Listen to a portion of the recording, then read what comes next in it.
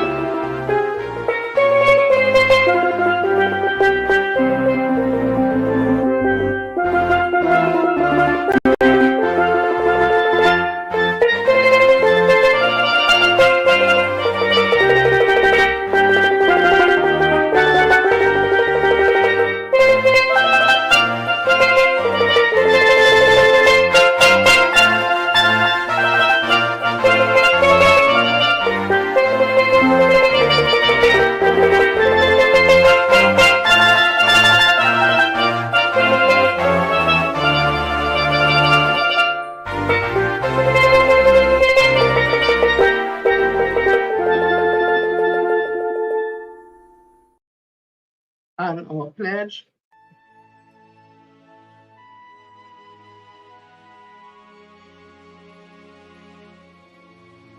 I solemnly pledge to dedicate my life to the service of my God and my country.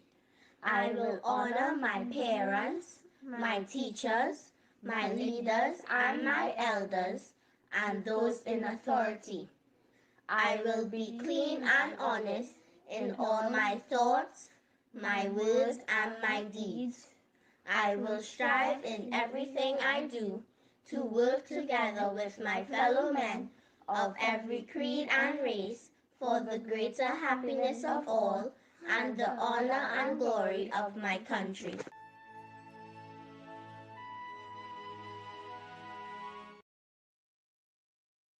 People, today is a big day for Trinidad and Tobago. I'm giving my support and sending positive vibes to our men's senior football team. They will always be soca warriors. To me, they have one of their qualifying rounds for the World Cup. So let us send some vibes, just a little Maximus Dan, as we remember and send out we love and we vibes everything to them. Just a little verse and chorus.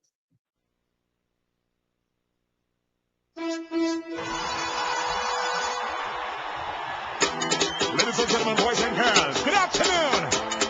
And we're gathered here for the game of your life. Lovely, lovely, lovely. I want to see you put your flags up in the air right now. Sing. Oh, oh, oh,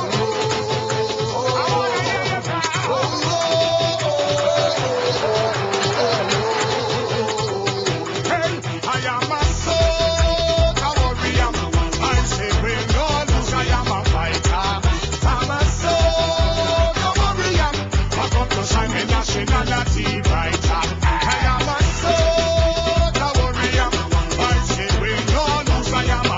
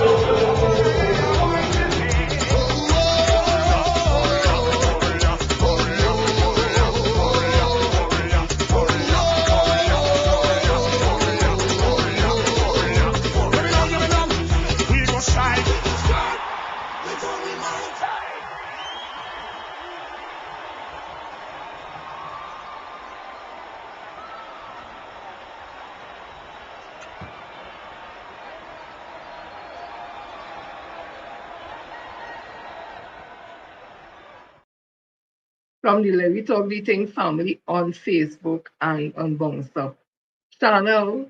We want to send all our blessings, love, and all our vibes to our men's senior team as they battle for victory. Dwight York and his men, we wish them victory and more victory. Augusto and the whole crew on Facebook are seeing all and those on the Bounce Up channel on YouTube. So again, we send out all our positive and good vibes and things for Dwight York and them men and them, because you know what? Is love our country at the end of the day. They could fight up to talk about it's not soca warriors and strike, whatever it is. At the end of the day, they will always be with soca warriors. So let me continue. In Trinidad here, they don't want you pay no tax, don't pay no property tax.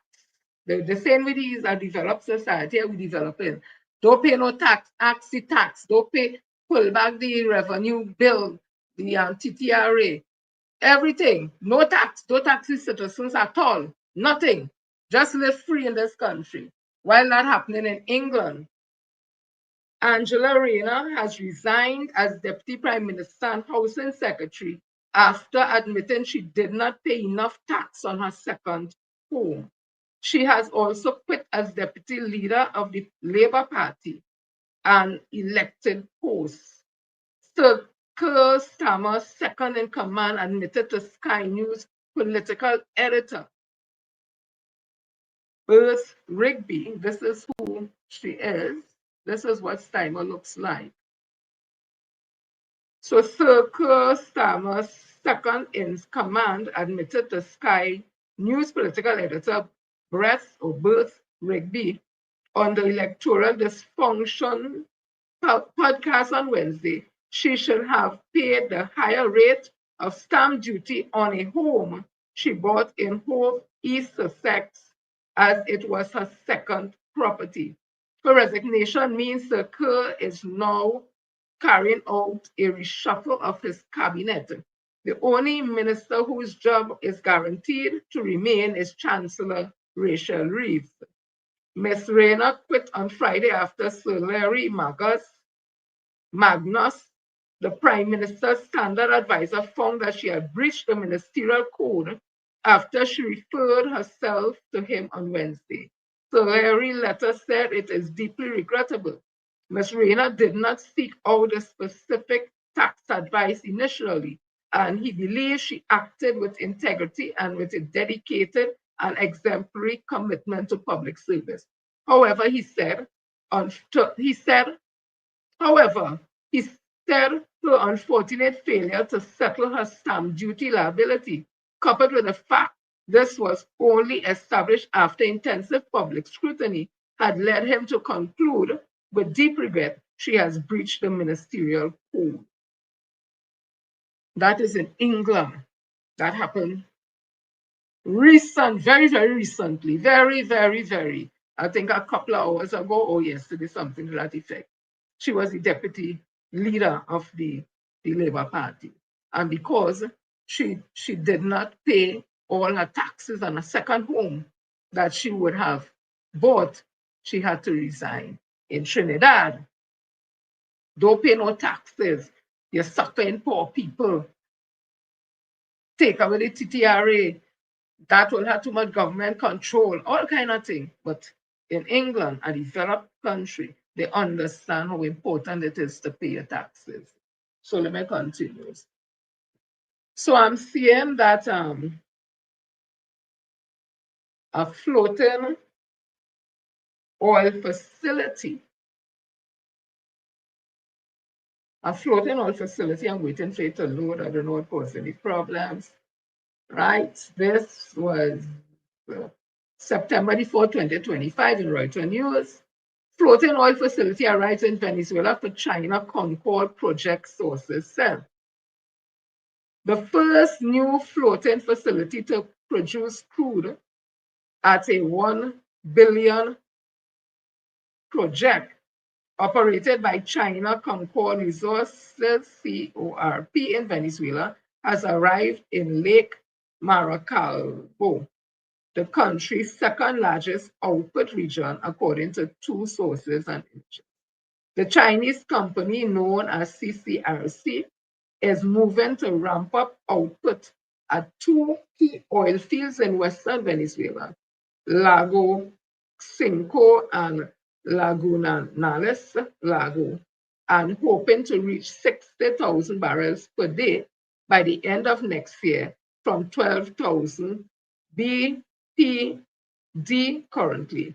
It's a rare boost from a private Chinese firm in the US sanctioned OPEC country that has struggled to attract foreign investment. CCRC began negotiating last year its participation in the oil field with state company PDVSA under a 20-year production sharing contract. The firm has sent Chinese staff skilled in oil field development, aiming to quickly reopen about 100 wells. The jackup rig, Lula, a self-elevating offshore platform, arrived from China, Zhongshan or Shan people. My Chinese ain't all there. I don't know if it's, let me spell it for you. ZHOUSHAN. So that part, according to vessels monitoring data, photo and videos can be seen by Reuters. It passed under Lake Maracaibo Bridge last weekend, guided by a tugboat en route to its final location at Lagunelas. Right? All that happening, the Sao Tome and Principal flag jackup is the first piece of large infrastructure to be installed at Lake Maracaibo in years. The US first imposed sanctions on Venezuela in 2019. PDVSA and Venezuela Oil Ministry did not immediately reply to requests for comments.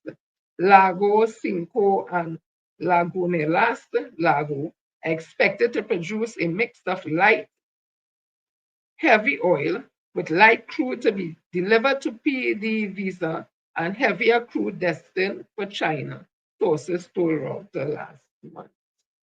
PDVSA, which controls joint ventures and contracts in Venezuela, has stabilized oil outputs at around 1 million BPD this year. Export rose to a 9-month high of 966,500 BPD last month. So China continuing the business with Venezuela with regards to oil. Let me play this here, Papa. Breaking news. The president of China has broken his silence, sending a direct and fiery message to Donald Trump, defending Venezuela. In his statement, he declared that the United States is not fighting for democracy, but for oil and power, and warned Trump that Venezuela is not alone. His words were blunt. If you touch Venezuela, you touch China. Beijing insists that U.S. sanctions have failed. Threats have not defeated the Venezuelan people, and any attempt to strangle the country into submission will face resistance. The Chinese leader vowed that Venezuela has allies, not only in words, but in trade, defense, military, and strategic cooperation. He said America's isolation plan has already collapsed because the world no longer depends on U.S. power. And the warning was crystal clear. Venezuela will not fall, and China will not allow it. Tonight, the message from Beijing marks a turning point, raising the question of whether Washington now faces a dangerous new confrontation with China in Latin America. While our Prime Minister here telling Venezuela, we were to 1.5 million people with an army about 5,000 so much, and the military not up to the standard of what Venezuela and all them country have. Telling Venezuela, if they run in up in it, might be running Guyana, how she go let America come on we soil to fight them. She's saying that China is telling America Don't run up in Venezuela at all because it ain't gonna be nice. We is not the grass in this whole thing and to move out them elephant and them way. But this woman, I will come to it just now. Whew. People, there was just concluded elections in I think Jamaica and Guyana, and the incumbents are back there. I am seeing this news coming out from Guyana. What will this say?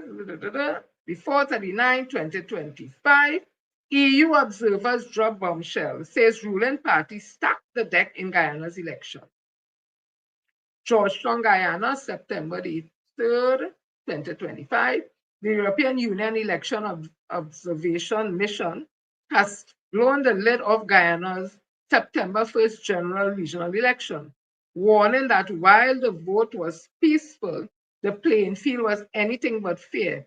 In a blistering preliminary report released at the Pegasus Suits, EU Chief Observer Robert Bledron accused the ruling People's Progressive Party /Civic, so it's PPP/C, of blurring the lines between state and party using resources and unchecked financing to give itself a massive head start. Bledron, a member of the European Parliament, praised the patience of voters and the professionalism of polling staff, but he did not mince words about what went on before ballots were cast. He said the government heavy hand distorted the campaign. In his words, when the line between state and party blurs, voters are disadvantaged and the playing field is compromised. The EU reports paints a damning picture. In the weeks before election day, President Airline Ali administration was cutting ribbon at hospitals, schools, roads, and bridges. Public projects turned into political theater, complete with PPP/C supporters in party colors and candidates urging voters for the government. Observers said state media and official channels amplify these campaign-style events, drawing out the opposition. Money in politics was another red flag. Campaign finances in Guyana, the mission fund, is a free-for-all, largely unregulated, with outdated spending caps, no rules on donation, and little enforcement. Political parties are required to report their expenditure to the GECOM, but according to the EU, those laws are ignored. Transparency and accountability are practically non-existent, the mission concluded. The report also raised eyebrow over targeted state giveaways. More than 2,800 police officers were granted mass promotions and bonuses just weeks before the vote. Beneficiaries of government cash support said they received unsolicited phone calls urging them to back the ruling party. Civil servants linked the opposition Win Party.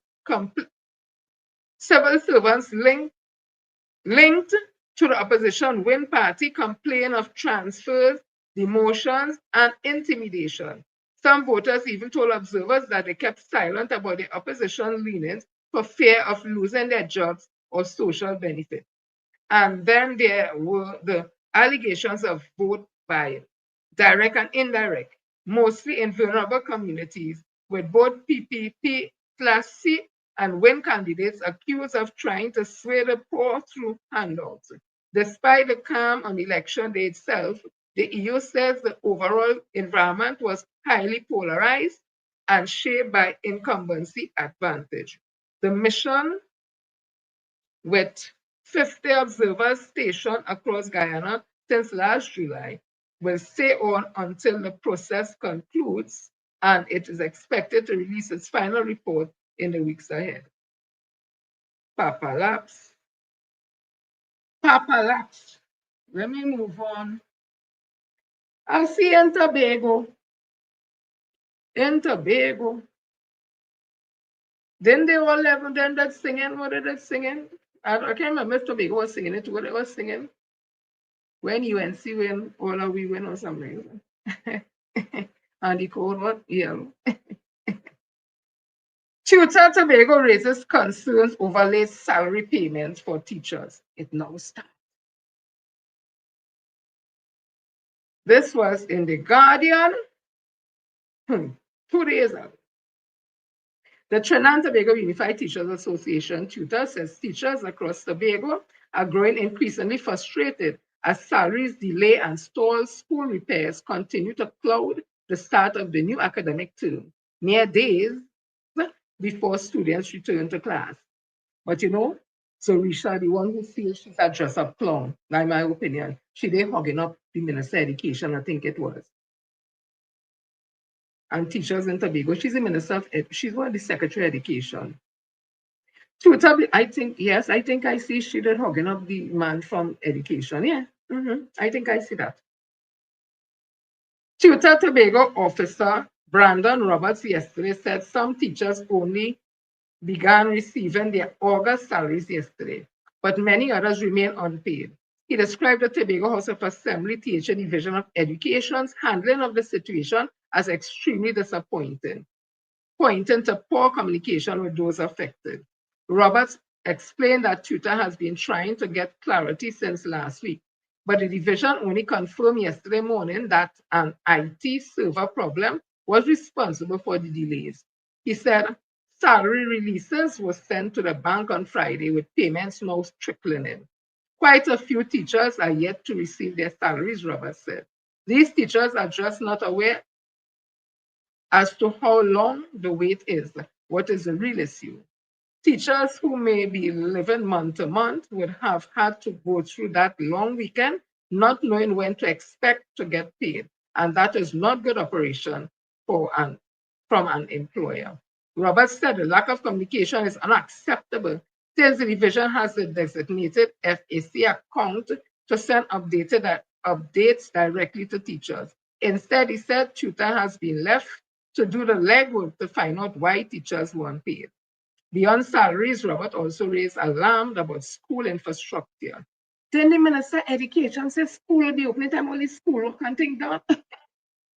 Tutors circulated a data tool to gather feedback on the state of school repairs and received 21 responses. Of those, 12 schools indicated that no repairs were carried out ahead of reopening. He said some of the institutions flagged, such as St. Patrick Government Primary, have serious electrical problems.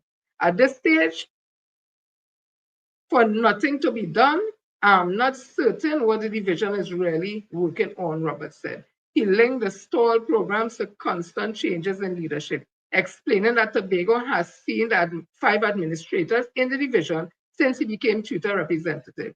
The constant change takes time for new persons to get in tune with what's happening, and the progressive work that we are all desirous of is being hindered, Roberts said. Our education system cannot suffer any longer with these bureaucracies and technical issues at the leadership level. Roberts is now calling on the THA to urgently address the problem so teachers can be paid on time and schools can be operated safely. Messages sent to Guardian Media to Education Secretary Risha Hackett for comments went unanswered. You think she had time at all? Once she could dress like a circus clown against him, in my opinion, how she does look like a circus clown. She don't have time, my opinion. Then I see him cost that now. Oh, Lord have mercy. Come now, man, I'm not submitting whether it's no robot or nothing. I reading the thing black so. So cost that now is the problem. This is the 5th of September. A whole dark thing come over this. What I'm going to read. And if I move that thing, they know I ain't going to see it proper, so I leave it just so. So let's CNC 3 News. Following a warning from the Nursing Council, CUSTAT, the College of Science, Technology and Applied Arts of Trinidad and Tobago, has informed students who registered for the Advanced Certificate in Nursing Assistant Program that they will be deregistered from the course. The course was scheduled to begin on Monday, September the 8th, 2025.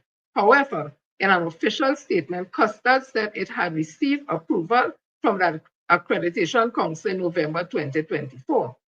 Guardian Media understands that at least 17 students who registered for the course were informed about the postponement yesterday.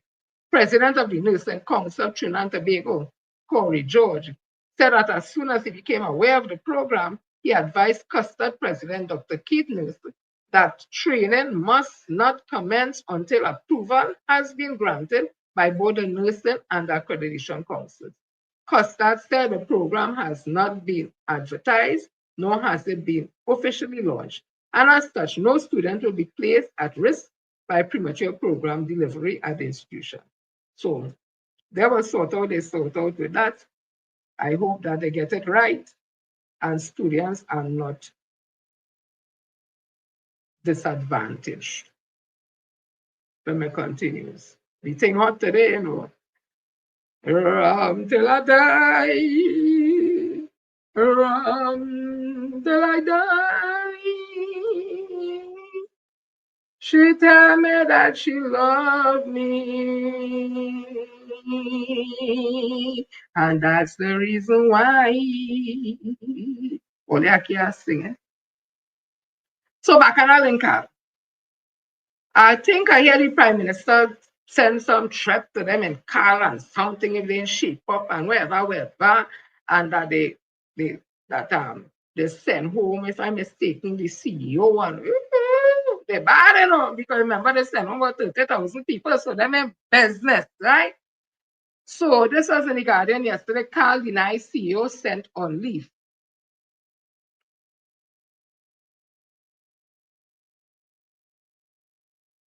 Just a minute, then. I want to see if I miss. Okay, I missed nothing. So Caribbean Airline Carl has denied claims that that CEO Gavin Madeira has been sent on administrative leave. The airline made a comment after a message titled Caribbean Airlines announces leadership transition and stability and growth strategy began circulating online. The message claimed that Madeira had been placed on administrative leave effective immediately, pending the outcome of an internal review.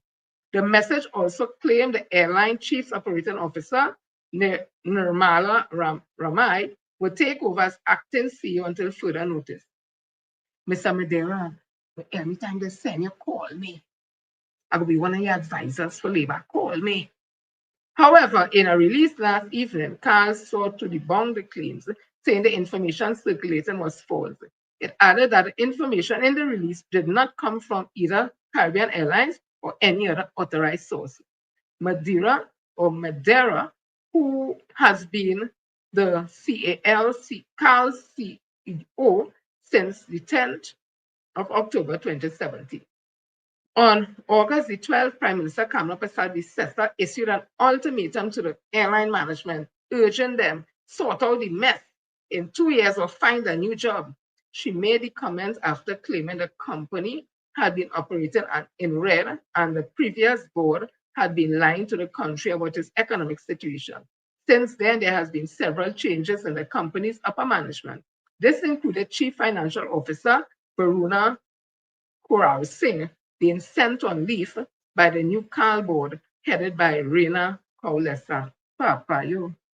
Miss Wishname, Miss Varanu, Kural Singh, if they do things right, call me too. Hey! Well, let us see they just say could send home people and send home people and send home people. Don't follow the protocols. Don't follow the proper protocols and only go see back and all. Only for permit. I have to jump back in with Kate. We name Kurt me. But before I jump in there quick, let me read what these clergymen say.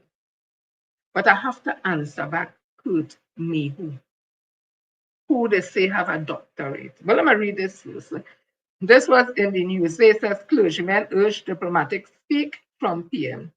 So while agreeing with drastic times call for drastic measures, religious leaders have taken exception to the advocacy of Prime Minister Kamala Persad to kill all traffickers and do so violently. However, Police Commissioner Alistair Guevara is standing on the side of the Prime Minister, warning that when the US comes calling on people engaged in illegal activity, they will not be a happy ending. And you know what that's our learned Commissioner of Police? When he say when the US come calling, when the US, let me read it again. Guevara said, he stand on the side of the PM, warning that when the US comes calling on people engaged in illegal activity, they will not be happy to end it. When he said when they come calling on Trinidad waters, on the island, you're talking about in Trinidad, on the land, that is where America going to be calling.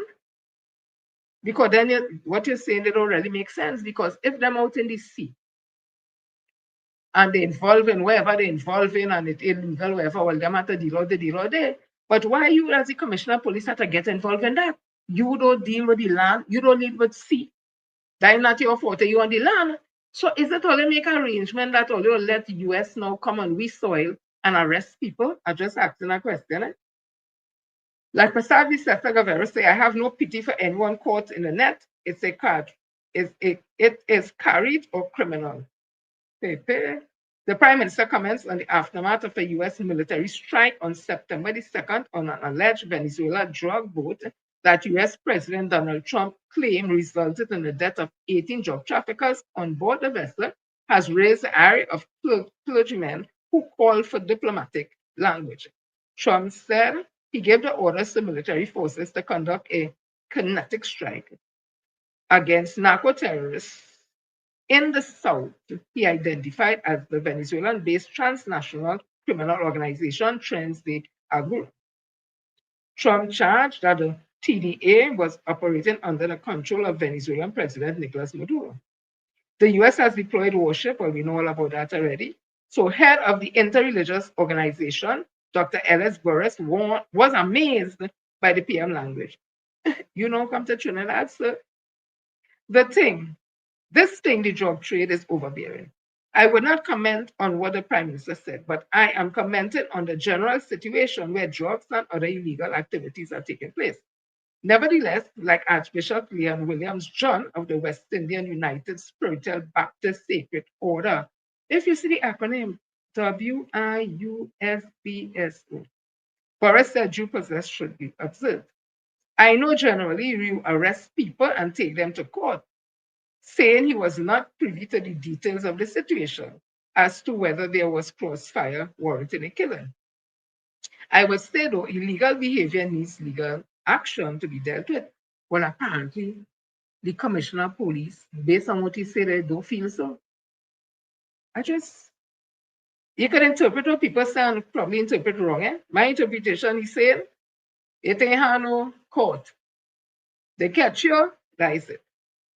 I could be wrong.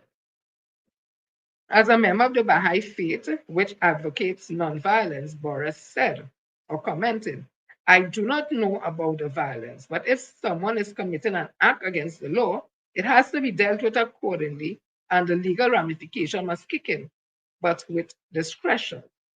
Clarifying he was speaking on his own behalf, William John said diplomacy should be paramount in such situations. Seventh-day Adventist Pastor Clive Dutton admitted when he heard the statement, I was a little taken aback. I know that there is frustration all around because there's a large appetite for drugs, but I feel her response should have been more along the lines of drug traffickers should bear the full brunt of the law rather than saying kill them all violently. Right? So people are having issues with what she said.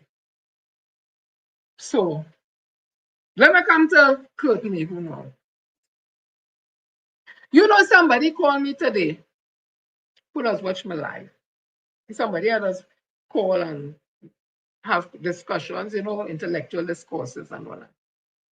Told me he watched my live from Wednesday. He was watching it today.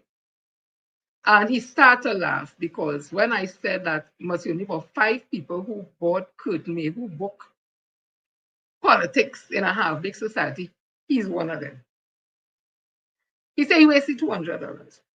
Because you see, he had read books from Dr. Eric Williams, C.L.R. James, and all that. So when he saw this book, he decided he would buy it and get. He said, read anything, it's shallow, it ain't making it nothing, waste of time. So now we get somebody who I spoke to who read the book. So other than Professor Alahar, who would have said that the book is tedious, Kearney, who is not a historian, the book was premature, and the information in it is you could get it from books from Eric Williams, Dr. Eric Williams, and Sierra James and all that. So it was like, I have somebody who may not be a professor and doctor and all that, but a layman, as we just call it, saying the book waste of time, waste $200. So one of the things Kurt Mayhew would have said again is that his ancestors who came here in 1845, they built villages. And I'm always happy when people are proud of their ancestries, very proud. I'm very happy for them because you should be proud of your ancestry, no matter what ethnic group you're from. But he continued to dismiss the enslaved Africans who were in Trinidad and Tobago, in Trinidad, especially from since 1606, because like he didn't know about that. And I told you all a Dutch slave would have brought 470, I think, enslaved Africans to Trinidad. Like 1606. Mayhew ancestors came in 1845, only do the math. So he said that they built villages and okay. But I want to tell Mr. Mayhew or Mayhew that if he knows who are the Americans. So let me give you a context of the Americans. The colonial Marines were an all-black unit in the British military during the War of 1812. When the war ended, the soldiers were resettled in numerous British territories as free men. So it meant to say they went and fight for Britain as enslaved Africans, right? They fought to the British in the 1812 war, and it was a all-black colonial marine. So after that war, they were given their freedom and they were resettled in numerous territories as free men, most notably in Trinidad. In Trinidad, about 700 ex-colonial Marines resettled, naming themselves Americans. I understand what American was saying, but you know with the language and everything, Americans. The Americans, after gaining freedom, came to Trinidad, and between 1815 and 16, Kurt Mayhew ancestors came here in 1845. The Americans and them built different company villages in 1815 and 16. Kurt Mayhew, your maths not maths then. So they had company 1 and 2 and 3 and 4 and 5. They built villages here since 1815 and 16. Not to mention, we had Yoruba tongue after enslavement in 1834, I think ratified in 36. Kurt Mayhew, your ancestors didn't reach here yet neither. They come in 1845. When they came, they met Yoruba tongues, Mandingo and Igbo Hill, Majuba, Congo, Meo. They all built villages in Belmont, in Laventille, in Morvan. We had Jonas Bat, who was Muslim and free. He used to go in the ship, come in and say Assalamu alaikum. And once they answer back, he knew was a Muslim from Africa who came as an enslaved person. He used to buy them. And he ended up buying property all up in Manzilin, and they went there and they had the villages and all that. Bat Street in Port of Spain around Observatory Street was named after Jonas Bat.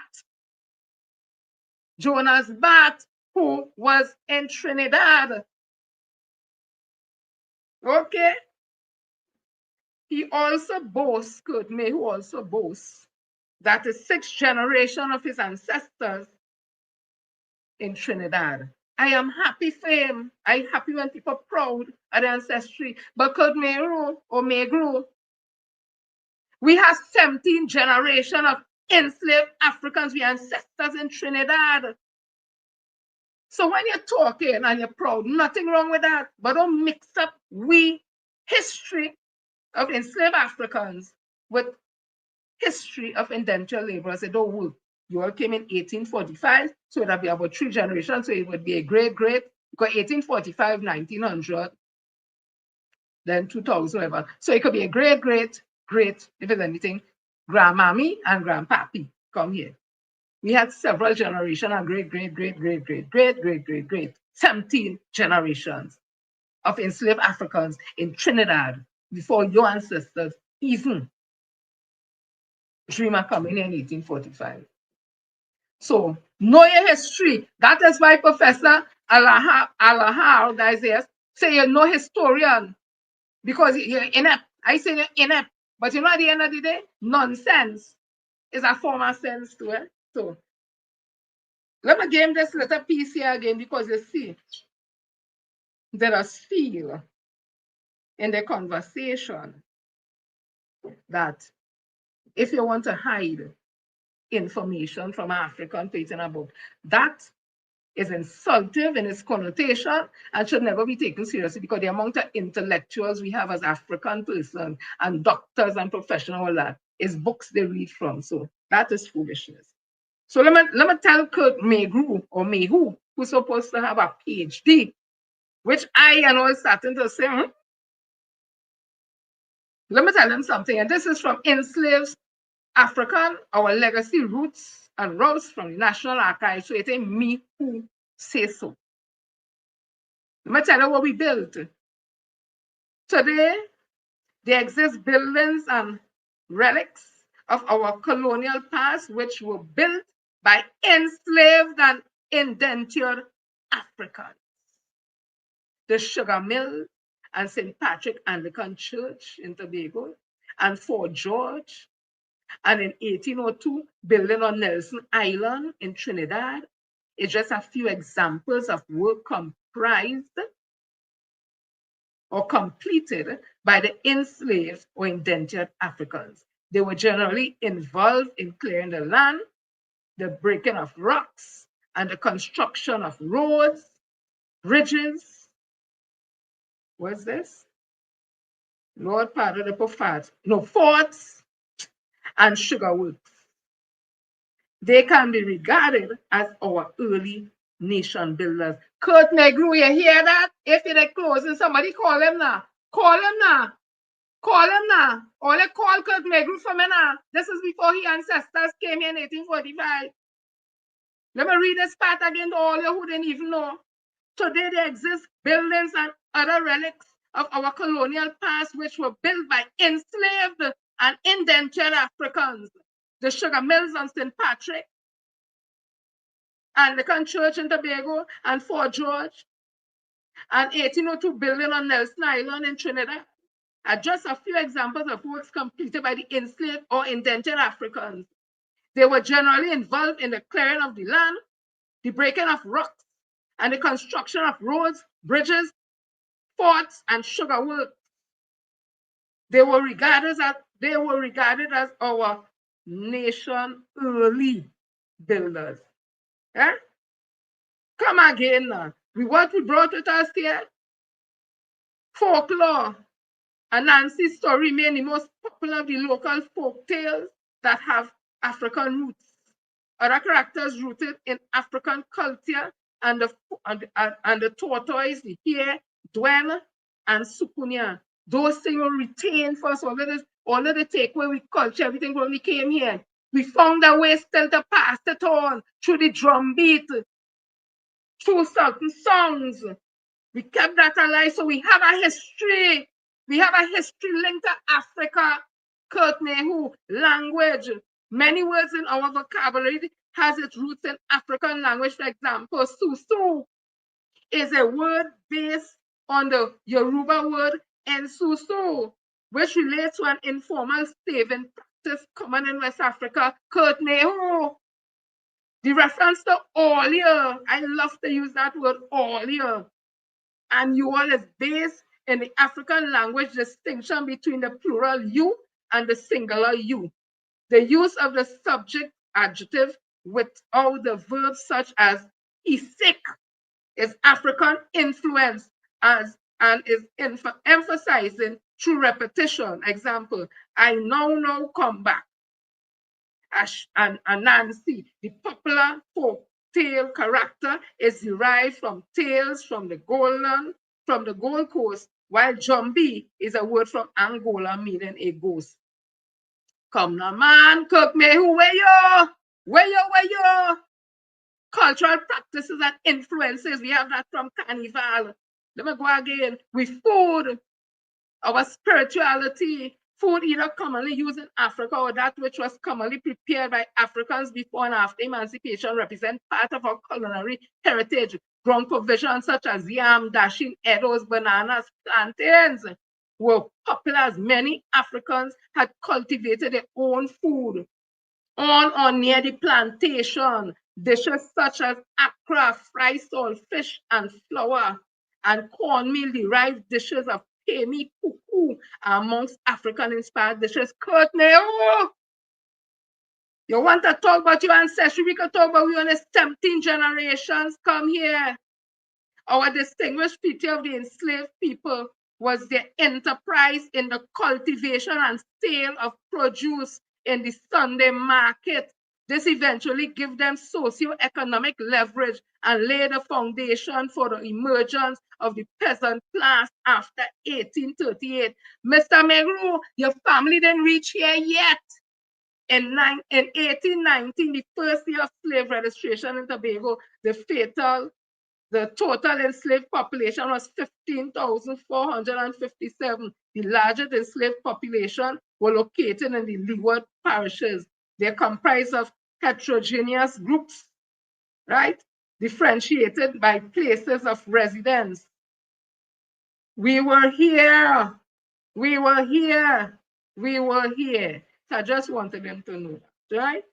Emancipation of the enslaved came in 1838. The family reached here yet. When Tobago was administered with Grenada, St. Vincent, and Barbados as part of the Windward Island, Tobago became a ward of Trinidad in 1889. So just a little history there. Next time I will go through it more fluently, right? So that was just to tell Kurt Mayhew. We were the first, our enslaved African ancestors were the first nation builders in this country. We did all the construction.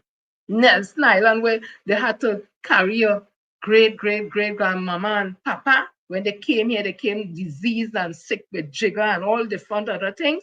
It's down Nelson Island where we build, where we enslaved African build. They carry them to house them there. And I'm quite sure it was enslaved Africans who see about. So let me continue. So, if all you don't want to know all the history, I'm glad for all you. Everybody should know the history and love the history. And once you love the history and love yourself, you can love any other race, you can love anybody. No problems. When you don't know your history and you don't know yourself, you just have problems with other races. So 21 hours ago, in the Guardian, emergency CELAC meeting, TNT only CARICOM nation to back US presence in the region. So Trinidad and Tobago was the sole CARICOM member to back the United States military presence in the region at an emergency meeting of the Community of Latin America and Caribbean States. May I read a no more? They went the meeting of CELAC, and that is the Community of Latin America and Caribbean States. We is the only Caribbean country that back in America. I don't talk. I just find Son Schubert as the. So, all you remember, this bacchanal with the Forex, right? And Kamla Pesad, the Sessa, and them had to say all kind of thing. They talk about cartel. All kind of thing they talk about, right? I want to just bring it back to the memory quickly. People had to go on something. Drunk on DiSoRdErLy today. Hey, oh God, you are shame. A shame. When I tell you a shame, I will get there just so. Let me just do something here. Let me move all these things out the way.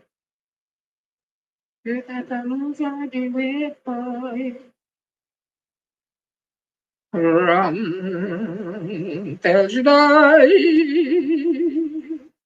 Rum. Okay. So somebody wrote this, right? And I just read it from it very quickly. Somebody, I got it from somebody, right? So it says here, For years, the UNC has been howling about a so-called foreign exchange cartel. Excuse me. This foreign exchange cartel lie, among other lies, formed the foundation of their dishonesty and they built on in opposition, taking them straight into government, inciting the population in the meantime. But it didn't stop there. Whoever wrote this said, on October the 7th, 2024, in the Hansard, the current finance minister, MP David Nanku said, or Tanku said, the forex cartel created by the PNM is destroying MSMEs. On the campaign trail, the now Prime Minister Kamala Persad-Bissessar promised, as soon as I come into office, I will demand a report on the forex cartel. In the House of Representatives on June 18, 2025, MP and Minister of Legal Affairs Saddam Hussein went on the Hansard to say there will be no more forex cartel under his government. But today, September 4, 2025, truth has arrived. The governor of the central bank, Mr. Larry Hawaii, hastily appointed by this very government following the brutal action of the former governor, has since said plainly there is no evidence of any foreign exchange cartel in Trinidad and Tobago. So which is it? For years, they built a dishonest political narrative, but in Hansard and promised investigation, only to have their own handpicked central bank appointed governor to say a foreign exchange cartel does not exist. So all they listen to what did it say? No, I lie, I able. Prime Minister Kamala Persad-Bissessar says her cabinet will soon lift the veil on what she has described as a foreign exchange cartel operating in Trinidad and Tobago. During Thursday's post-cabinet briefing at the Red House, the Prime Minister said a full report on the forex distribution and leakages over the past decade is being prepared. Ministers Tanku, Swarat Singh and Kama Maraj, they have been mandated also to bring a report on forex distribution and leakages over the past 10 years. Persad-Bissessar, as she spoke on the matter of forex at her cabinet's second briefing since forming the government, she confirmed that the long-suppressed CLICO report will be laid in Parliament, calling it vital to understanding and preventing future financial crisis. The taxpayers cannot keep bailing out loss-making state enterprises. So we plan to deal with that in the near term. We also plan to deal with the property tax issue and to sort out the issues with CLICO in the coming months. That CLICO report, we will lay it in Parliament. I think it was really intolerable that the government hid that CLICO report from the Parliament and therefore from the people of Trinidad and Tobago. The Prime Minister said the report will identify who accessed foreign exchange, why they received it, and how it was used, adding that it will expose those behind unfair and questionable distribution practices. That was one of the greatest economic meltdowns that we have had, and therefore we deserve to know why, what, when, where, how, and what recommendations there are to prevent such contagion from taking place in our economy. Persad-Bissessar emphasized that transparency and accountability are critical as her administration moves to address long-standing concerns in the management of the country's financial and state resources. Kimberly Mitchell, Tobago Updates, Television News. That is Kamala Persad-Bissessar and she news conference. Listen to she new appointed central bank governor. Hey!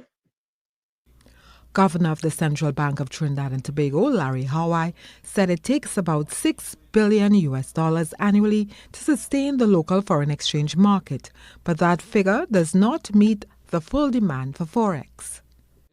And we have to find ways to incentivize people to move the grey market into the normal market, and of course the black market into the normal market. And those are initiatives that I've only started to consider over the last couple of months, how we start dealing with some of these things. In addition to the normal monetary policy initiatives that we'll have to implement to deal with the situation that we face right now. He noted that annually the central bank provides about $2 billion to the local banking sector to help meet the forex shortfall. When you take into account international flows too, that is what people may have invested abroad, as well as the deposits in the banking system, we believe that this number is probably higher than our number right now, in that the public has more foreign currency reserves than the central bank itself. In addition to encouraging foreign exchange earners to bank their money in local banks, Mr. Hawaii offered another method to help meet the local demand for forex. And the challenge for us is to determine how each one of us can become foreign exchange earners. The fact of the matter is that as our oil and gas goes down and becomes less and less, more and more we are each going to have to face the challenge of how do we meet the foreign exchange requirements of the country as a whole. The central bank governor hosted members of the media and more than 200 online participants at a press conference on Thursday. Terry Ann Brown Campbell, TTT News. Did you hear our esteemed central bank governor speak anything about any cartel? I wanted to go fire Larry. Larry boy, anyway, I know you need that work. You go do it. Hey! Woo-hoo, let me move on. Now, my member of parliament, I just claiming, yes, my member of parliament, I know it's other people member of parliament, like their business. My member of parliament would have told Trinidad and Tobago on the campaign trail that if the UNC get back into office, one of the things they're going to do, they're going to fire CPEP people, URP, worker for reforestation, and so said, so done. It has happened. This is something else he also told us. If we allow the UNC to come into office, and I believe it will happen. The UNC's National Economic Transformation Master Plan 2020 to 2025. This is Kamala's plan. As soon as we highlighted that they're going to devalue the dollar, if you go on their website today, they have taken it down because they are dishonest and all they seek to do is mislead Trinidad and Tobago. Based on further investigations, Young also claimed that the UNC's plan includes selling state assets. He emphasized that these assets are critical to the government's ability to provide employment for citizens. National Gas, NLCB, National Quarries, NP, MTS, Caribbean Airlines, NEDCO, TTT, T&Tech, WASA, E-Tech, Lake Asphalt, the port. Those are the UNC's plans. And watch and see how they try to distance themselves. Trinidad and Tobago, you are being cautioned and advised. He cautioned the citizens about their choices ahead of the election, maintaining that if the UNC is elected, the country could face dire consequences. Next week, Monday, if you take God out of your thoughts and you decide not to go and vote, and you decide not to vote for red, ready, and responsible PNM government, that, in addition to a devaluation of 15-1, in addition to the IMF reaching here within a year, will be what we will have to deal with. Joshua Dan, Tobago Updates for Television News. Since we are still in a tight financial spot, I would also urge that they consider the divestments or sale of certain state assets or state entities, because the proceeds from these sales will help to meet state spending without necessarily putting extra pressure on the debt levels. Plus, some of these entities and assets soak up a lot of much needed state finances each year through transfers, and these same state funds could be repurposed to more productive avenues. With food security remaining a key area to be addressed, Dr. Arjun had this advice. A clear plan could also be presented to lower the food import bill. This is something that I expect to see and to revamp, in order to revamp the agricultural sector through introducing, for example, smart agricultural technologies and practices locally that can optimize the agricultural production per acreage. Again, in line with the diversification thrust and reducing the dependency on food imports. Okay. So said, so done. MP Seotong at the time was Prime Minister Seotong. He said, what they're going to do if they get in office, all the state enterprises, what they will do with it. Here was Valmiki Arjun said, not the same thing. Where MP saying, so listen, we're going to get the money devalued. But I want a little look at who tell all you and told public officers to vote for UNC. So when all they catching all the aunt, uncle, and then now, Paul she, because you don't hear nothing about she again, you hear nothing from she, the president of PSA. Listen to she been hot, you know. If you want all these things, you see all that talk about my party, my party, my party, my party, my party, my party. Stop that now.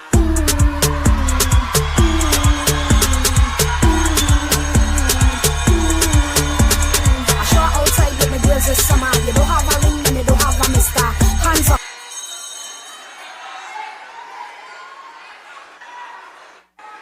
And I want to close and send a message to the red. Because they say I didn't sit down in the seat good yet when I made the statement that my first objective is to remove an oppressive government from office. Well, let me tell you something. I sit down good. And yellow is the code.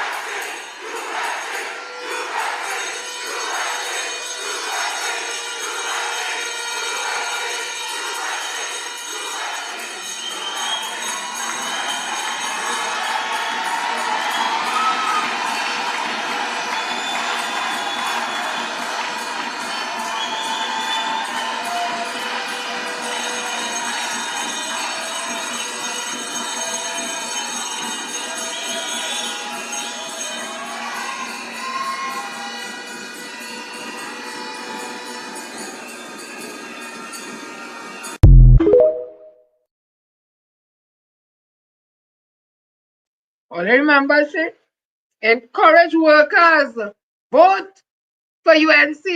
Public officers only 10%. The code is yellow. With them now, almost 35,000 a head rising. Workers get sent home. You hear she come and talk anything to these TPEP workers, 10,500 one time, one day. Send home. You hear she come out and talk. The same people, I sure some of them was in the crowd there. When they fooling them and telling them the code is yellow, and when UNC win, everybody win. Wish it today. Where is Felicia Thomas today? So every time all they go to the grocery and all they have $1 in all their pocket because they lost all their work, call Felicia. Every time all they get fired from all their work, all they have no money to mind, all they try and pay the rent, call Felicia Thomas, go up on Abercrombie Street, 89 Abercrombie Street in PSA office, because she tell all they vote for UNC that everything will be all right. When all they don't have nothing, go by them union leaders, go by Elder, go by where's the next one? Kiza, go by Leroy, go by them and tell them it's them tell all they to vote for UNC, because when UNC wins, everybody wins. All this fine I wrong for saying that. Them in labor and them encourage people to vote because your jobs will be safe. So if all they lost all their job now, we call they vote for the party, them encourage all to vote. When things hard, who all they supposed to go up by them? For them to give all their word, what all they should do, can do, how they can help all you. Go there. Go PSA building. Go by Elder. Go in the constituency office, go by Cesar, go by Ministry of Labor, by, what's his name, Leroy. Go there. It's them time all the vote UNC. She did, she worked, she stood on, she said she just remove the red wicked party. Well, girl, we got the yellow, evil, nasty, hateful, destructive party that you encourage people to vote for. All them must just can't sleep in the night with all their conscience. Let me see what this one saying here. I can't remember what he's saying. Let me hear what he's saying. Like the one who they put as the industrial court judge. In my opinion, all who get lost their work and want to take it to industrial court, once he's sitting there, all they go win all their case. That's my opinion, because somebody else to take it to court for something and some bacchanal and some bacchanal. Wait a minute, what he's saying here. Tonight I want to welcome my friend and colleague, the next, the current member of parliament for, the next member of, the current member of parliament for Pointe-à-Pierre. Me, you know, like all of them does the substance, so here again, you can't remember. Listen to this man. Tonight I want to welcome my friend and colleague, the next, the current member of parliament for, the next member of, the current member of parliament for Pointe-à-Pierre. He's in the industrial court. But let me tell you what Felicia Thomas and others tell all you, vote for UNC. When UNC wins, everybody wins. From a government who them say was wicked and bad and evil. Here the government, the PNM government, they accuse of being bad and wicked and evil. This is what the IMF had was to say about that government, that PNM government. The 2024 Article 5.4 consultation highlighted that Trinidad and Tobago is undergoing a gradual and sustained economic recovery. Real gross domestic product, like GDP, is estimated to have further expanded by 2.1% in 2023, reflecting a strong performance of the non-energy sector. Economic growth is projected to gain momentum in 2024, supported by the non-energy and energy sectors, and inflation is projected to remain low. The current account surplus will narrow mainly due to a decline in energy prices and energy exports, and is estimated at 5.7% of GDP in 2024. International reserve coverage is expected to remain adequate at 7.5 months of prospective total imports. The report recommends sustaining structural reform momentum to secure a more diversified, green, resilient, and inclusive economy. It is important to foster private sector participation and promote economic diversification. Accelerating the country's low carbon transmission agenda could help address issues raised by border carbon adjustment. Enhancing institutional capacity will improve the quality and timelessness of microeconomic statistics. That is what arrived by the PNM. And you see the Lara project, the wind solar project, all that is to help with carbon emission to lessen it down. All the projects that MP Young, while he was Minister of Energy and Prime Minister, would have done, all the mentor field and this field and the linking the manatee from the Lauren or vice versa, so that we don't have to go through when we could gas drilling on our soil itself. The whole dragon gas deal that now come up as services and then say they want to revisit. That's a whole next story. But the point I'm making, the country was on an upward growth. All they was telling you, hold on. Felicia Thomas and them told they vote the UNC, or they go get 10%. Things go be nice as wicked government. And in 3 months, less than 3 months' time, they fire 10,500 workers, and they continue to fire workers. They continue to put people who look like them on all boards. Somebody put up a thing and asked, Trinidad now looking like Mumbai. I don't know what they see, what they didn't see. I just saying what the person would have said. That is what we have. So when they don't have money and nothing, go by who? Tell all to vote for UNC. Let them help all you. Let me continue.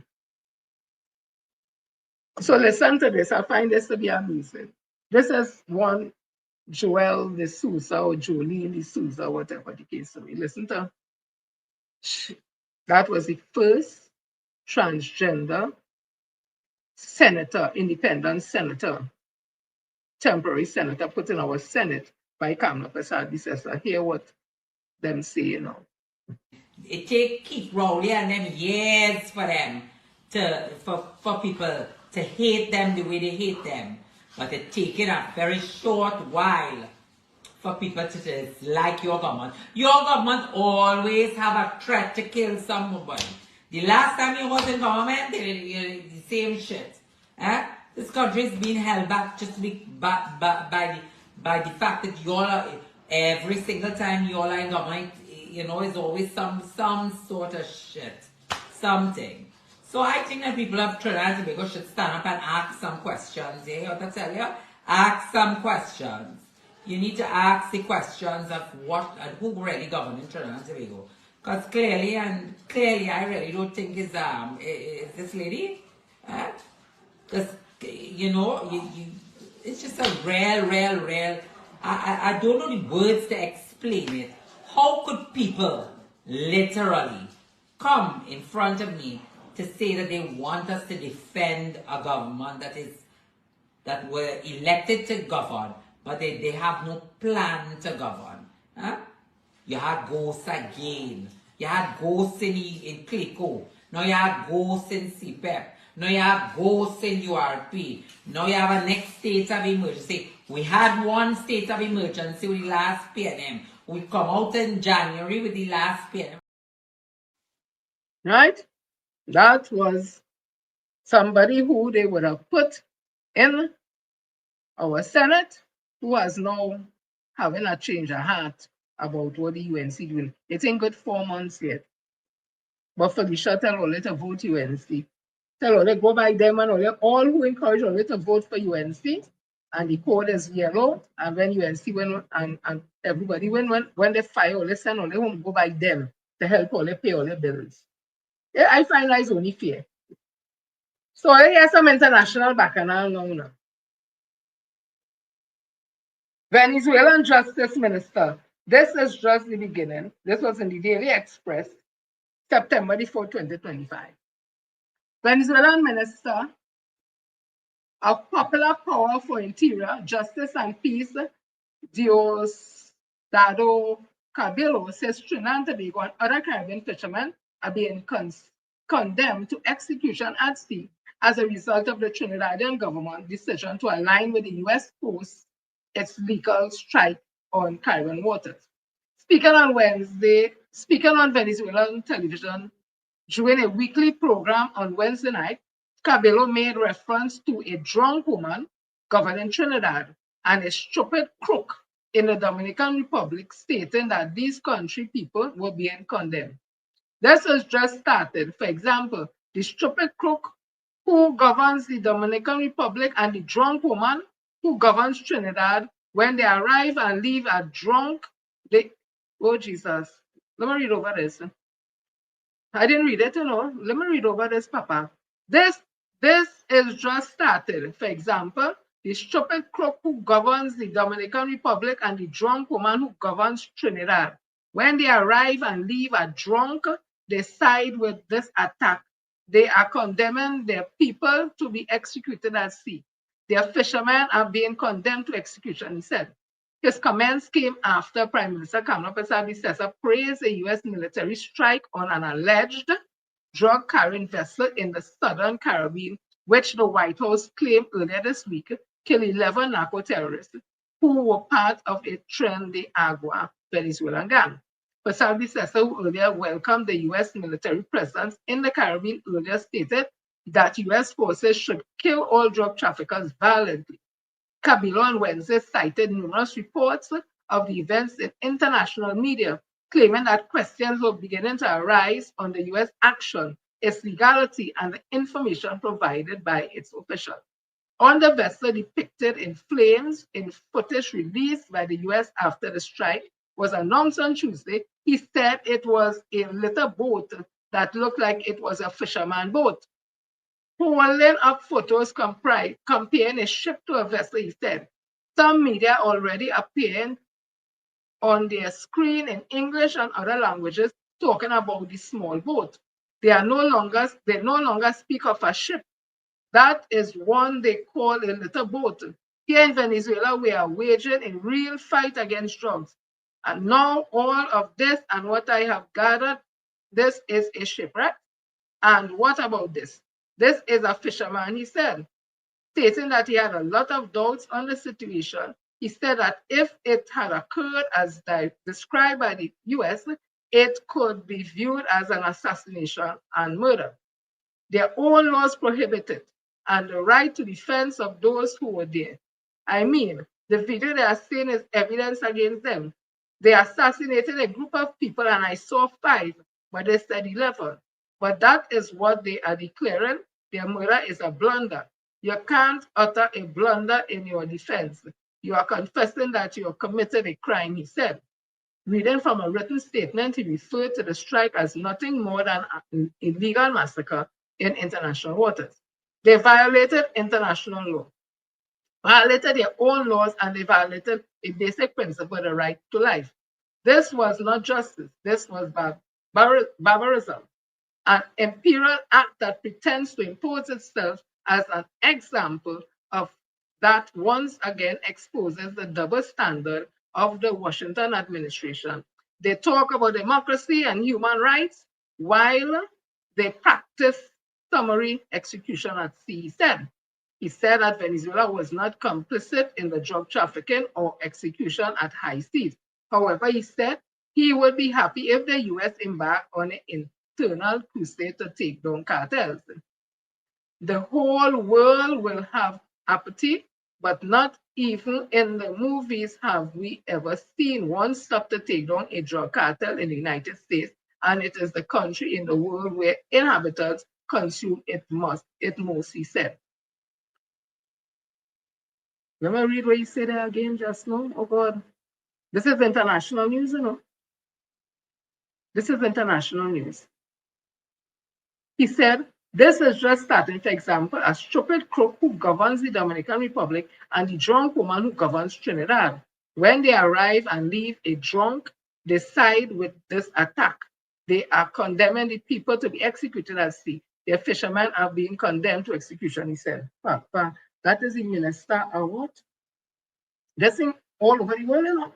All over the world. All over the world. This is what? What's the name?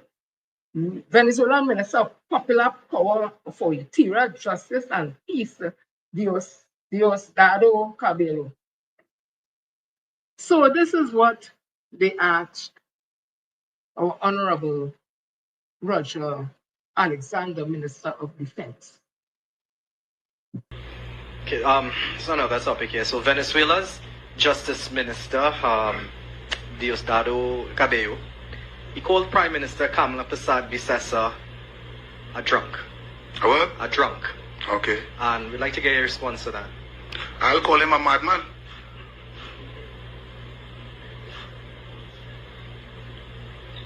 That's it? Yeah. I mean, do you find it very offensive that he would refer to this country's prime minister? Do you find I'm being offensive because I call him a madman? No, I ask you if you find it very offensive. If you find it, if it's very offensive. Of course, you're calling persons' names. We don't do that here. But since if he could identify her as that, probably he's either that too, or he's a madman. It would be fair to say, if I say to him because of what is happening now in the United States, that he's facilitating drugs in his country. Is he a drug pusher? Is he a pimp?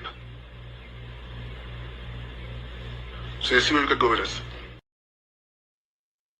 Okay, so that was the Honorable Minister's response. He spoke about pimp and drug pusher. Okay. We go play the Ravi Rati Rap. Director, just go back there for my quick if you could. What it is, Dr. Devon said now, please. Oh gosh, you could find it and just put it back there for me, but in the meantime, I want to read this for you, all right?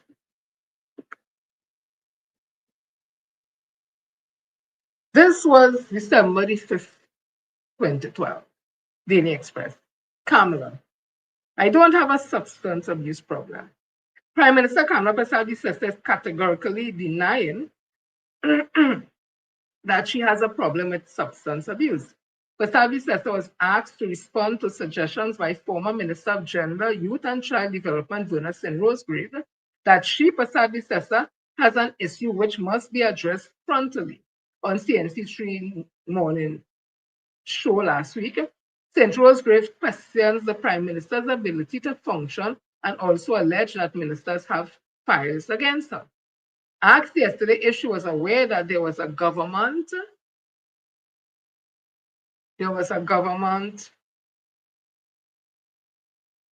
only seen thing moving on show if it's that they're putting up now. Okay. Asked yesterday she was aware that there was a former government minister who has been going around making some suggestions with regards to substance abuse, but Persad-Bissessor said everybody is entitled to their opinion. She was speaking with reporters following the opening ceremony of the third high-level dialogue of the Caribbean Basin Security Initiative at the Hyatt Regency in Port of Spain. I have no such problem, and I have nothing further to say with respect to that. So she was asked there. Let me see what it is Miss St. Rose did say now. That was 2012. This was in the Guardian 2012. We have to help the Prime Minister. This was in the Guardian. Right, I now see it, right. In the first part of this exclusive interview published yesterday's Sunday's Guardian, former government minister on women's and children's rights activist Verna St. Rosgrave said Prime Minister Kamala Persad-Bissessor is not in charge of her government.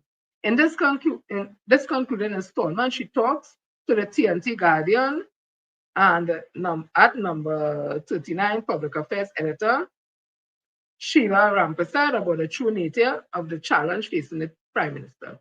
Verna St. Rose says the time has come to move beyond gossip and scandalous whispers about the physical and mental health of Prime Minister Kamala Persad-Bissessor and treat productivity with whatever challenges the Prime Minister is experiencing. If the Prime Minister does have a problem, she insists she is not the first and will not be the last. In fact, the Prime Minister has a problem which we are all talking about, whispering about and making scandal about. Let us treat with it. If it is impinging on her performance as Prime Minister, the problem can be contained with a lot of support and help. We must not only treat with her diabetes and high blood pressure. I remember when Ting said, "Tins a piece fell on her feet." What is that about? If someone is not well, they're not well. And if we have to put things in place to help her so she can perform at optimum, so that she cannot have people use those challenges to control her, to make decisions on her behalf, to advise it in ways that are not productive and not the best interest in the country, right? Those are the words of Ms. Verna St. Rosgrave, who I think they said was a friend of the then Prime Minister Kamala Persad-Bissessor back in 2010-15 when she was made Minister in Women and Child and Gender Affairs, and then some thing, and she was removed, right? So Honorable Roger Alexander asked, well, if Mr. Diosdado Colero say that Kamala Persad-Bissessor is a drunk, well, I put it my way. Is it fair to say, well, he involved in drugs and he's a pimp, whatever? Okay, now everybody have their opinion, but listen to this. I wonder if the Honorable Minister, Roger Alexander, ever heard this. And pay attention to the message. And the population will continue to get the kind of leadership that they like. They like the move along and talk, and Kamala is queen, and guys with queen, and she's royal, and this kind of nonsense. And it will be business as usual to the United National Congress. Yeah. So it's 5 more years of opposition for them. That's all. Is it then that one of the next steps also is for you to hand over additional information to the police? I hand over all I have in my memory at this point in time. I'm available for any further clarification that they require. But I only got involved in this when I saw the hypocrisy during the debate in Parliament on the CIA report on human trafficking, when the UNC had the temerity to get up to talk about it and to cast aspersions when persons harbored on their own line and their own political party are actively and aggressively engaged in this over the years, which I am aware of. Dr. Deborah Maraj, thank you very much for speaking with us this morning. That is not Dr. Deborah Maraj saying there, because I see the headline, human trafficking. And I knew that he had come down at time from Canada and did a affidavit or something like that to say that some incident with girls and things coming on some PTS bus and wherever, and were offered to them in the UNC, human trafficking. Now, let's put it in context. Now, the Honorable Prime Minister is saying that because the US is saying those are the things we're down here to help with drug trafficking, human trafficking, and narco-terrorism and all that. Okay, then. So human trafficking, and then we have the Commissioner of Police saying that anybody involved in, well, I guess criminal activities, that if the US come knocking at them, they will take what they get up in it, local parlance. So if Dr. Deborah Maraj would have put those documents before the police, saying that he witnessed this trafficking of prostitution or whatever, where is that today? So is it that we could see the US knocking at the door, people in the UNC address asking based on what the Commissioner of Police said? And when Honorable Roger Alexander speak about pimp and all that, do they have pimps in the UNC? I just ask him, because hear what Dr. Deborah Maraj said. He's a UNC, you know. Listen to this one too. I telling you, let me tell you something. I am a UNC, as I said before, and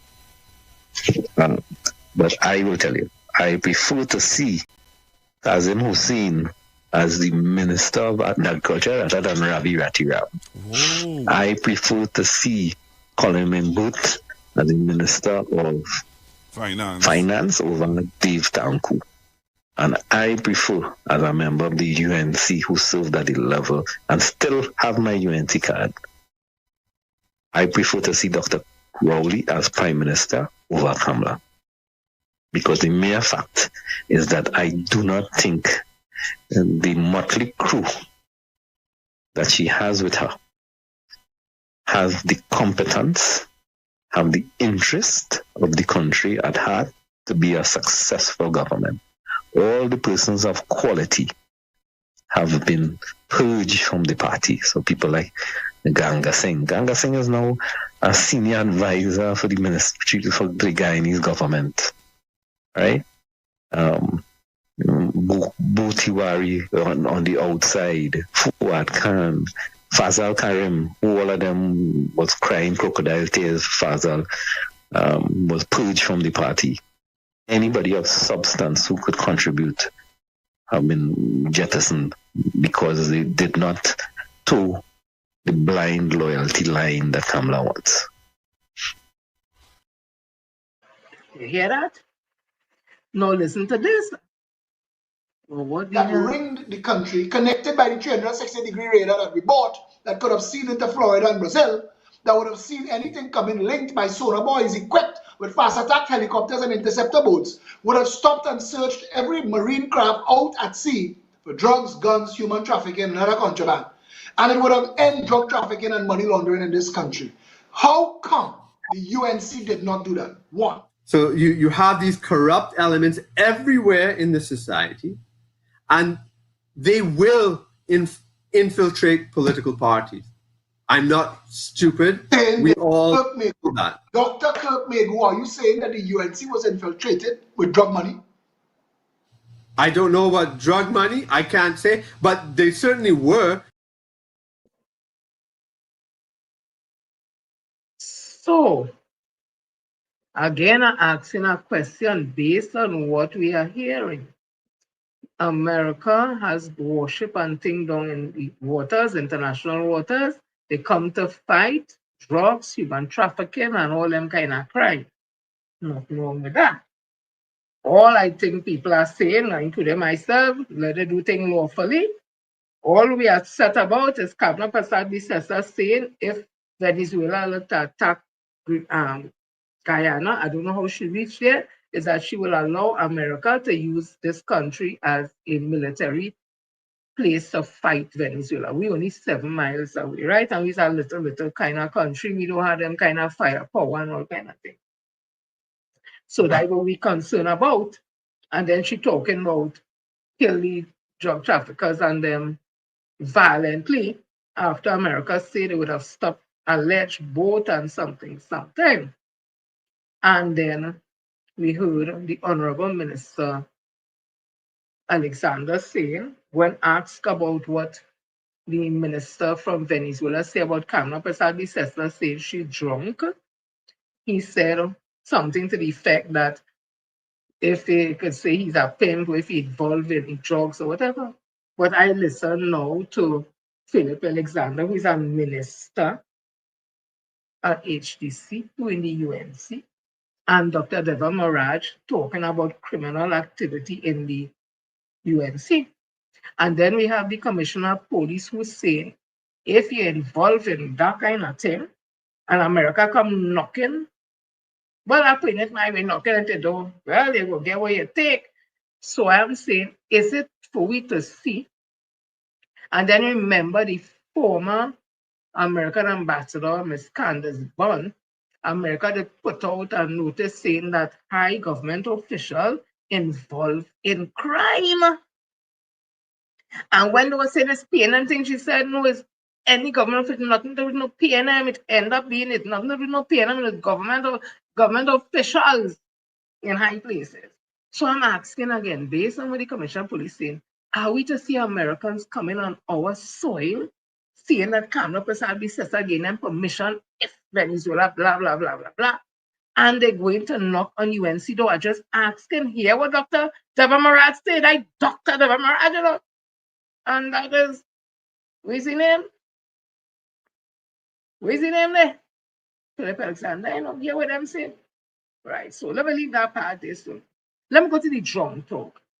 So we heard Minister at the time, Verna St. Rose, say that Prime Minister Kamala Prasad Bisesa has a problem. She have a problem. She had diabetes, she had hypertension and problem. So that's not the problem, it has some other problem, right? And we always hear stories about Kamala Prasad Bisesa and this drinking and drunk. Now listen to these people say these things, not we say. So probably the minister Kudbalo, or what's his name, he must hear these things too. He must hear. So this is the DrUnK and disorderly section of this thing now, because let me tell you something. This gone international. This is no Trinidad and Tobago small talk. And this gone international, all over BBC, CNN, all kind of thing. Trinidad Prime Minister was called a DrUnK. And it has supported videos that people could say based on that. So listen to this and tell me what the hell going on in this country. Listen to this.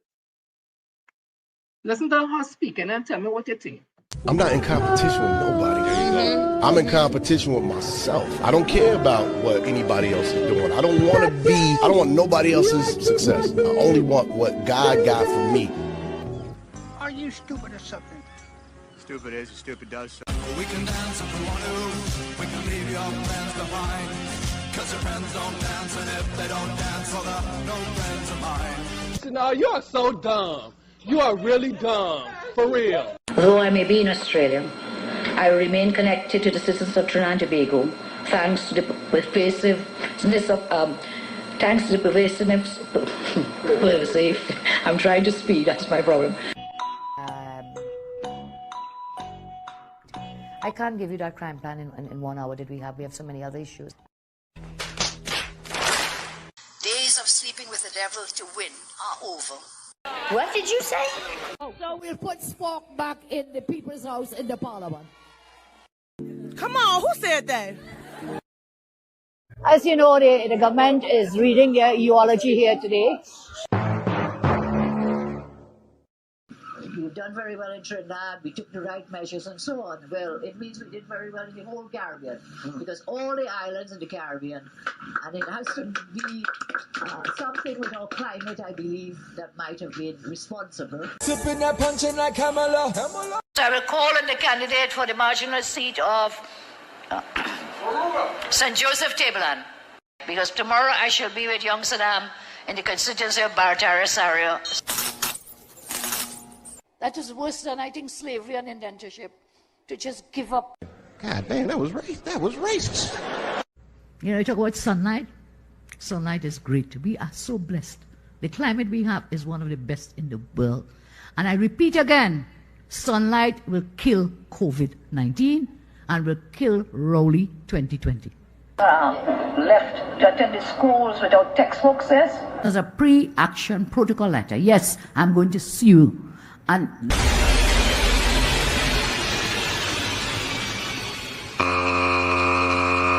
You'll be disenfranchised and you take away their right to vote. Huh? What? 100 years ago in Trinidad and Tobago was a very important time for the labor movement. That was in the year 2019. So you had all the labor uprisings, and those labor uprisings with Butler and others, 1919, yes, I'm sorry. What did you say? In 1919, this was just 1 year after the end of World War II. The utility workers World War I. Mr. Speaker, I am a little... That's so dumb, it makes me mad. It appears as though this Prime Minister will go down in the history as one of the most dumb Prime Minister the people of Trinidad and Tobago has ever had. There's a traitor among us, there's a traitor among us. Traitor among us, we said to them. A statement from Jesus referring to Judas at the Last Supper in Jerusalem.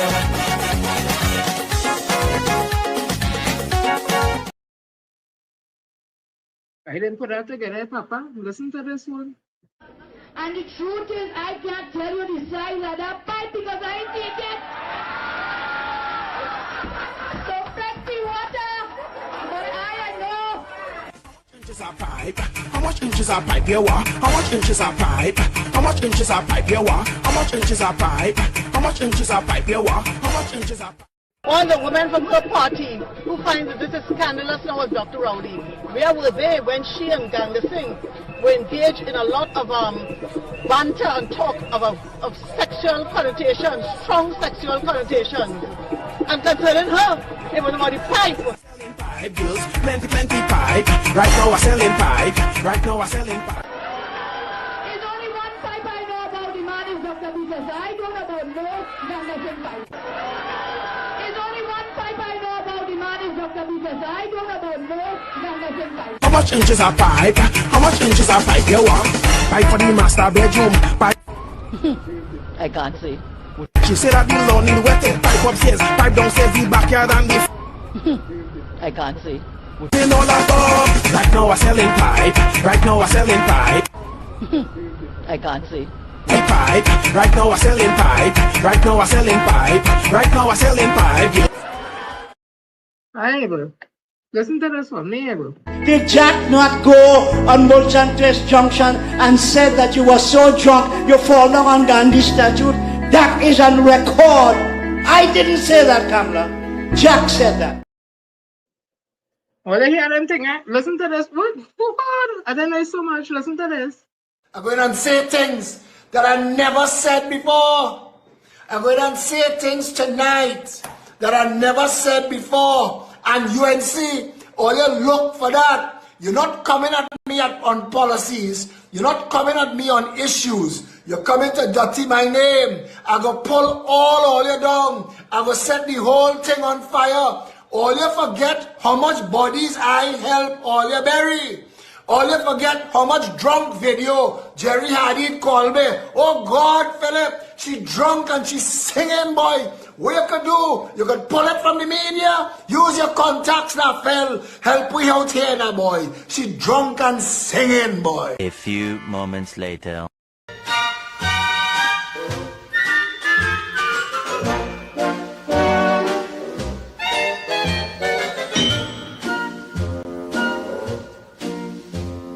What went on in this country under Kamala Prasad Bissasa's People's Partnership was a bullshit show, and the media was used to lie to the people.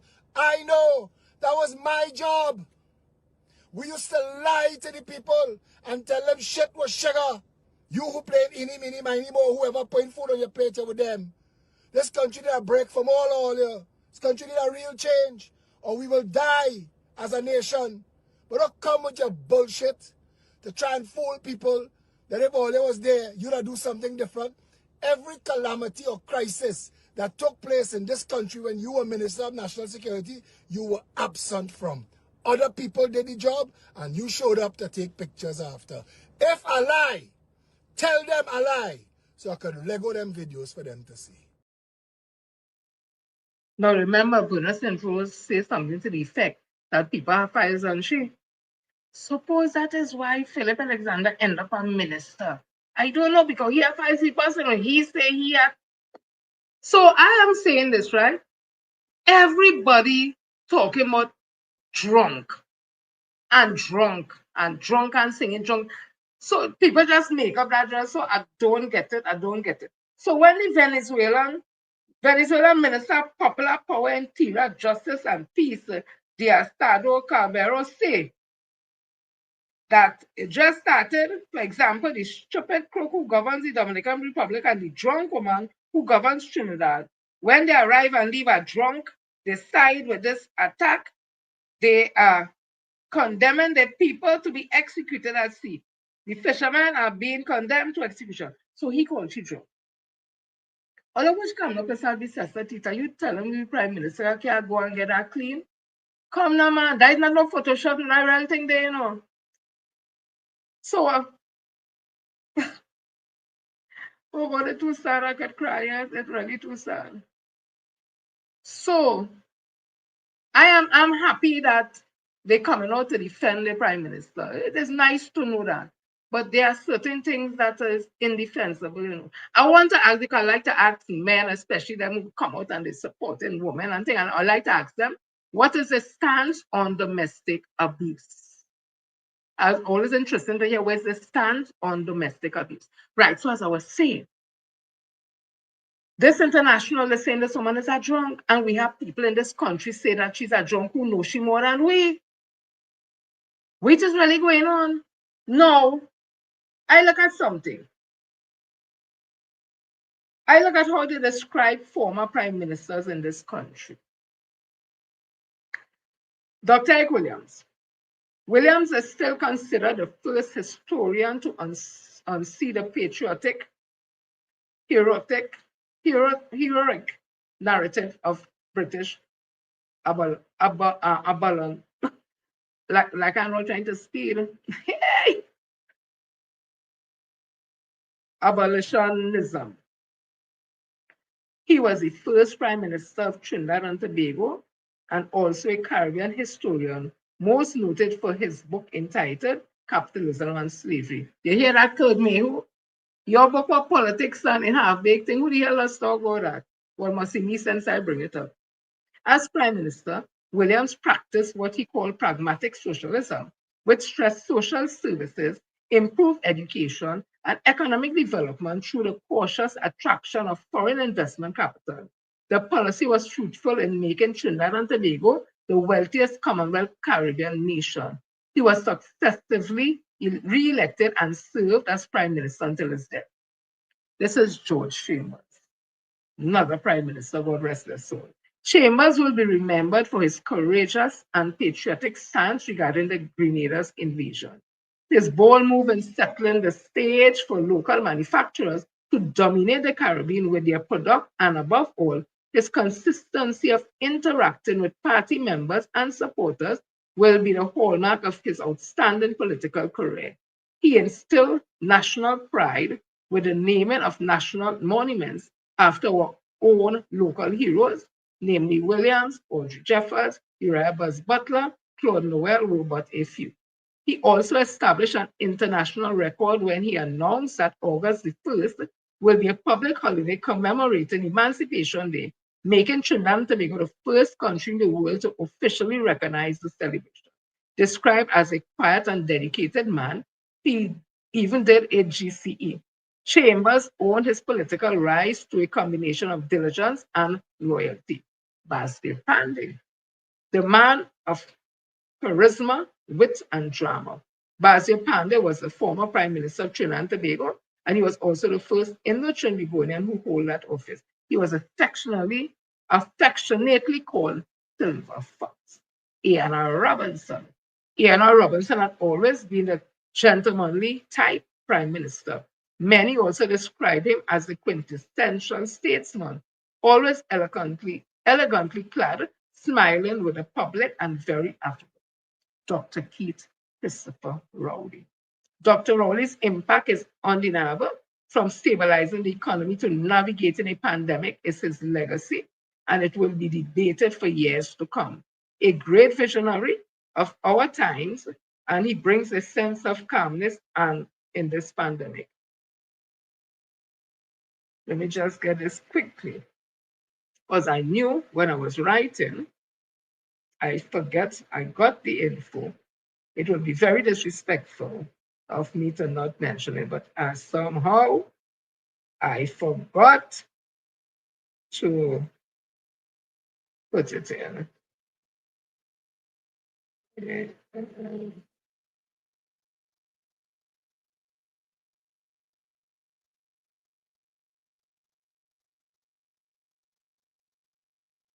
Oh gosh.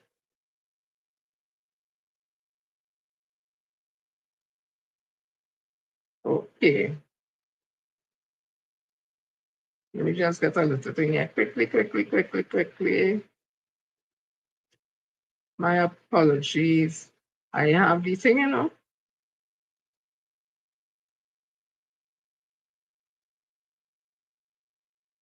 So, they said 1991 Barbados and the Incorporated Republic, that's Patrick Manning, another one of our great prime ministers. In 1991, Barbados and the Incorporated Republic of Guyana attempted moves towards forming a tri-state confederation consisting of Barbados, Guyana, and Trinidad and Tobago.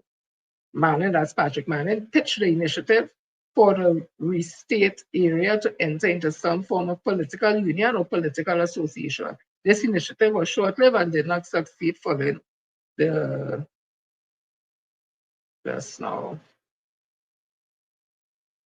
Democratic Labour Party defeat during the 1994 election. So this is not our country DLP they're talking about. There's some other things. We know Mr. Manning for his 2020 vision. We know him for the building of a lot of infrastructure in this country, Napa, Sapa, the waterfront, the whole waterfront project and all that. He's known for that. Quiet man with dignity, very visionary. Yeah, very charismatic also. And a great orator, a great speaker. Those are the things that we know Prime Minister Manning for, right? Some of the things. And even when you look at Stuart R. Young, although he was not there any length of time, 2 months, 3 months, whatever you want to call it, but the history will show that he was Prime Minister of Trinidad and Tobago. They said that Stuart Young was described as a professional, focused, and diligent. He has a lot of different portfolios. Right? There's even something said about him. Kamla Prasad Bissessa, you tell me the only female or the first female prime minister, or the only female prime minister of this country. Not the only Indian prime minister, but the only woman prime minister of this country. That she legacy, she's a drunk. And it have all these people saying these things, there's nobody in making of that about her. Where we really going into? Do I really vote into this country, boy? Huh? Only leave a stable government who was putting things in place so we would be able to benefit and we try and benefit. Only voted that because only fine. I don't like Rowley. He wicked and he evil and he's a dictator. I don't like how we put Stuart Young. He didn't go to the people. Nobody voted for Stuart Young, as if the public does vote for a prime minister. He used the constitution and it was used that way. There was a vote, 11-9. 11 is more than 9. I don't know what happened with all of the bacchanal after and what happened, but I guess people had the knife in people's back and they twisted, or people had their own selfish ambition and wasn't looking at the whole picture. So today I'm saying again, all who encourage people to go and vote for the UNC because it's better than the PNM, leaving a stable government that took us through COVID-19, took us through a recession in the oil sector, energy sector. We knew what was happening. Everything was being there. It became so exciting. We never even used to know what going on in the energy sector. Minister Stuart Young bring the thing alive and excited. We was there. Oh God, we know about Mento and this one. We knew everything was happening. They said by 2026, 27, things will settle. Just hold on, putting in place. The IMF, Moody's, Standard & Poor's give we good rating. Country stable. Things that are thinking about country stable. LSA workers working, houses billing for the people who don't have the little borrows to follow. Billing, they don't have to pay no money. They could help work on it, the little starter house again, the keys, the thing.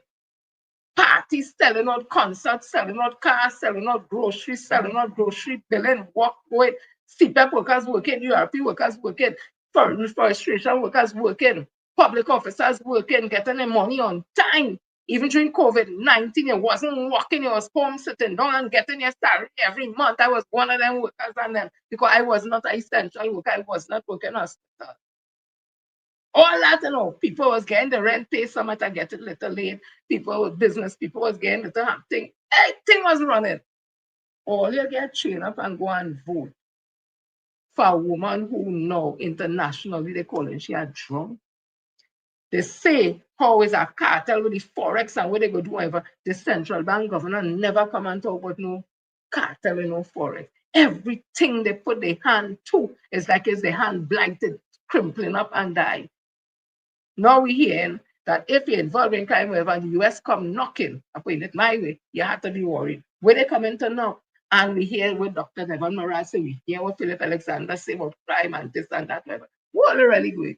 So I want to tell all who encourage all you to go and vote for the UNC, now all they catching all their aunt, uncle, and then go by them. Go by them. Because them encourage all you not to vote for PNM, go by them. Right? So let me see all the people who here. Papa, hey. They describe all the prime ministers that are described charismatic, gentleman, quintessential, hard-working, diligent, visionary. The Kanopasa decessor, woman prime minister drunk.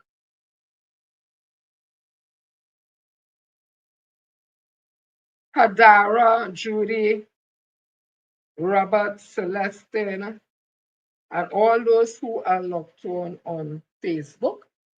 I want to thank you all so much. I know the match is going on right now.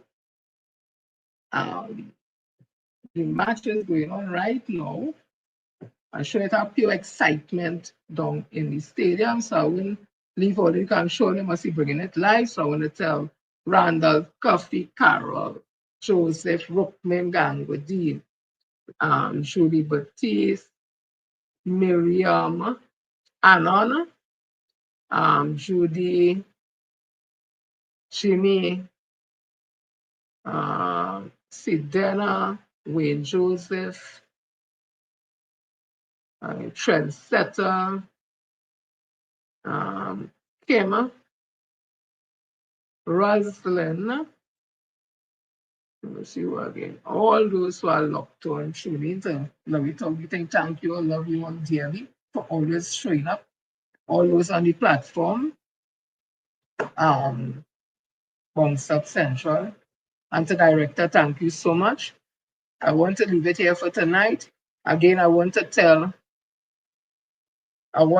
before I go again, I want to tell, I have to do this, I want to tell that ignorant, somebody called me, and they tell me they don't like how I use the word ARSC, it ain't thing. So out of respect for, I just listen to my peeps and thing. I ain't gonna use them kind of words and them, right? I go try my best. If all they find a slip and just call me and tell me. So that ignorant, half-made, tortoise, stupid,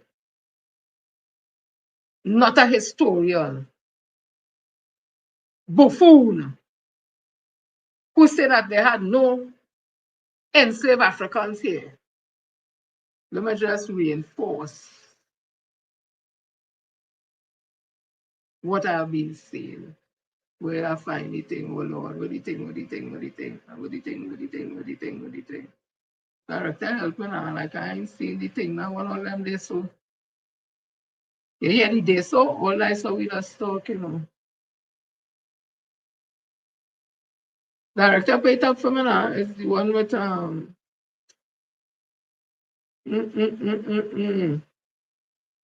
one with Pan-African. What the thing is, I wanted to play it for Before Kwame Nkrumah, before Marcus Garvey, before the African Union, there was a journalist, a writer with a vision so bold he challenged empires with his pen. His name? Henry Sylvester Williams, the man who lit the first Pan-African flame. Born in Trinidad in 1869 to formerly enslaved African parents, Williams believed that black people on every continent shared one struggle. He moved to London, studied law, and founded a newspaper, the African Review. It didn't just report news, it connected the African world long before the internet or hashtags. In 1900, he organized the first Pan-African Conference in London. It brought together activists from Africa, the Caribbean, and the U.S., including W.E.B. Du Bois. They asked, Africa for Africans.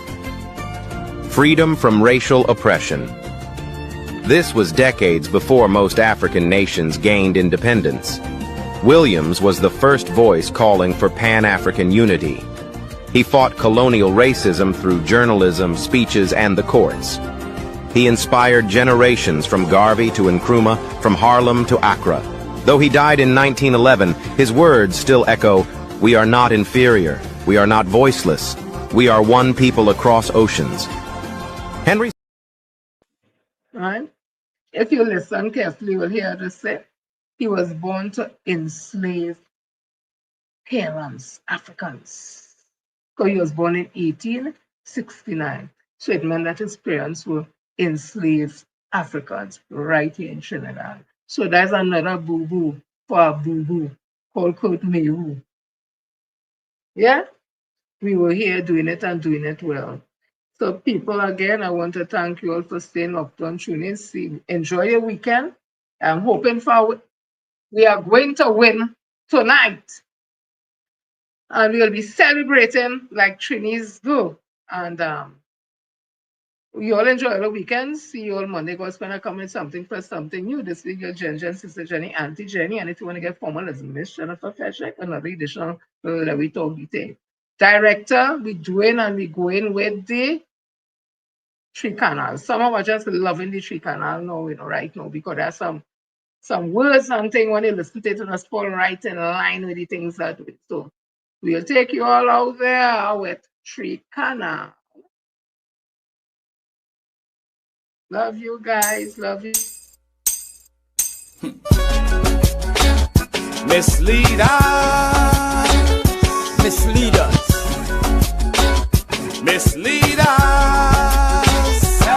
Them misleaders and them dealers in them so-called high places, them don't care one damn thing about we. No money and power is them boys' religion and greed run to the economy. So while them big boys, them controlling all the rest, and we just holding screen and hoping to make the scene. But the harder you try to keep up with them guys, is the more pressure that you see. It's only fools is what they take me for. Fools when they knocking on we door. We so easy to trick, yes. With the dirty politics, it's what they take me for. When they knocking on we door, when they kissing babies, when they promising we.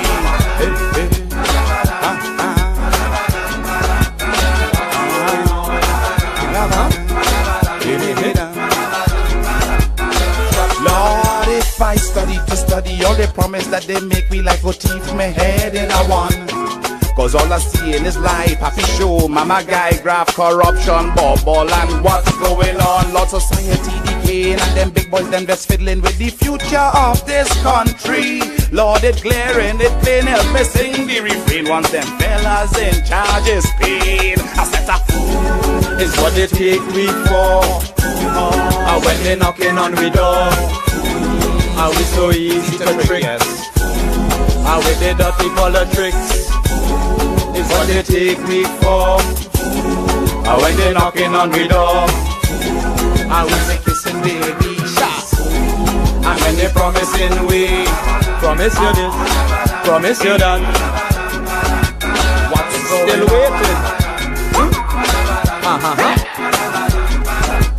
What's going on? I say they promise and they promise and they promise and they promise till they forget what they promise.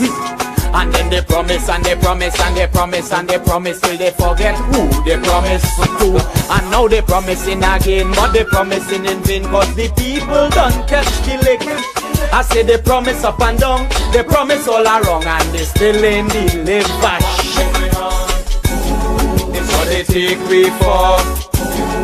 When they knocking on the door, are we so easy to trick? With the dirty politics, is what they take we for. When they knocking on we door, and when they kissing babies, and when they promising we. You could fool some of the people sometime, but you can't fool all the people all the blinking time. So go on and run your route, but in the end I'll tell you friend, the longest rope have an end. So go on with your plotting, your scheming and your dirty double dealing, cause it's glaring, it's plain to see that you're trying but you're lying, and you're only mama guying, and we know God don't like ugly. Hey, hey. Oh yeah.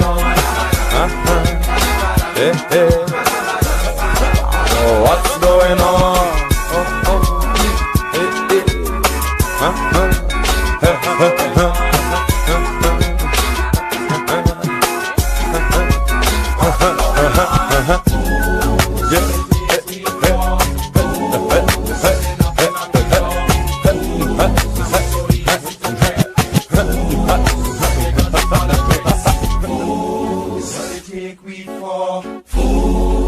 Hey, knocking on we door, fools, when they kissing babies, fools, when they promising me.